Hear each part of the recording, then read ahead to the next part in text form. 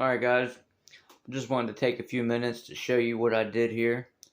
If you live in Bay Country states, in Rising Sun, or anywhere that's got highly chlorinated water, that's got a lot of pipe breaks, sediment buildup, I highly recommend you doing this project here. It's a water softener with a spin down sediment filter. It catches all the dirt, all the harmful big particulates that is harmful to your water heater and any other appliances. It's very simple to use. You just spin it and flush it. You see, all that nastiness gets flushed down the drain. Now if you look, I got it tied right into the washer drain, running behind there. You see the white tube is for the spin down filter. The black tube is for the softener regeneration exit tube. Now I just took a Y coupler here, whatever you call that, and I drilled into the cap, tapped in 2 valves, and it's not glued on there. It's just capped onto that piece here coming out. This cap is not glued, it's just on there, so if I have any issues I can just pop it off. And this washer vent here, or the washer drain here, stops any splash up coming, when this is flowing down through. Works pretty well, no leaks. But if you guys thinking about doing this, which I would highly recommend, it's very easy. Anybody with a general understanding of how things work can, a little patience and a little know-how, you can do this in one weekend. Alright, now what I did was, I went underneath the house, find out where the crock is, follow the line to underneath your house, and just cut it off. Turn the water off first, of course, but just cut it off and cap the end that's on the house, because you're going to rerun that main line over to where your softener is going to be, and there's where it comes in. It comes up here, goes into a 3-valve system, which I elected to install myself. It does come with I'm not sure what it's called. It's like a big push valve on the back of the softener. If I show you here, it's not installed because I didn't use that one, but it's a big mechanism that links these two together, and you pull the prime or the handle and it engages and disengages the softener. But what I got going is a 3-valve shutoff system. This is your inlet, this is your outlet from the softener going into the house, and this is your bypass. So in order to bypass the softener and the filter, all you need to do, turn off the outlet, turn off the inlet, and open the bypass. And then you can do anything you want to your system, because it is now bypassed. And this whole assembly here was put together and glued together all outside, and I brought it into the house and installed it.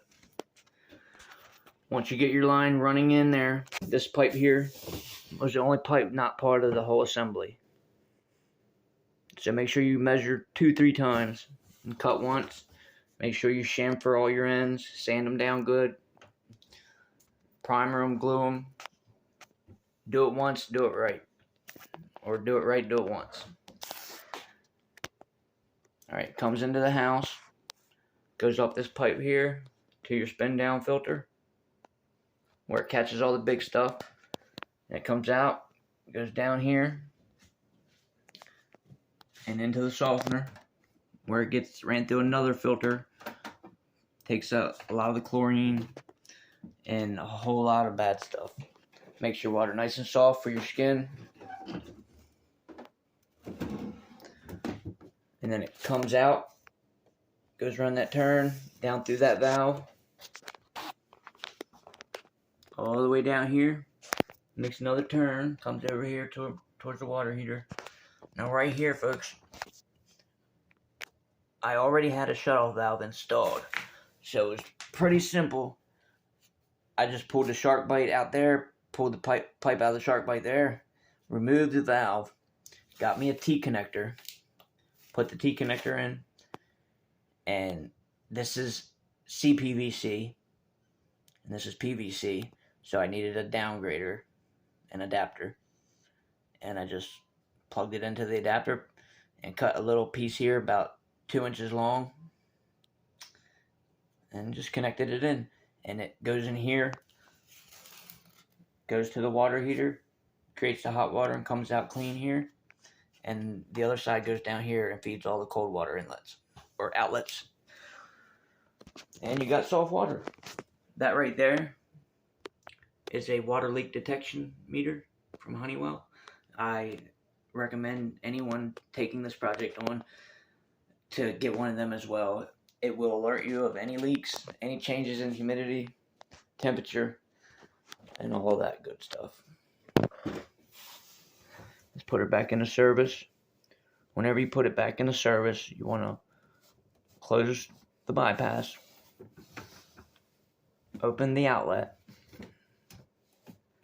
and slowly open the inlet to let it build up pressure slowly.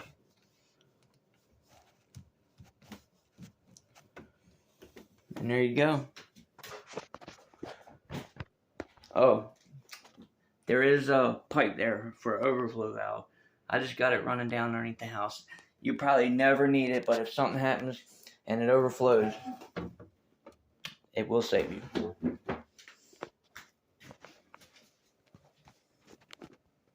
Now this unit here is a Whirlpool WHESFC water softener. It's got a built-in brine tank, so there's no need for an extra brine tank. The whole unit fits nice and snug right here next to the water heater. You really should have a pan underneath of it just in case it leaks.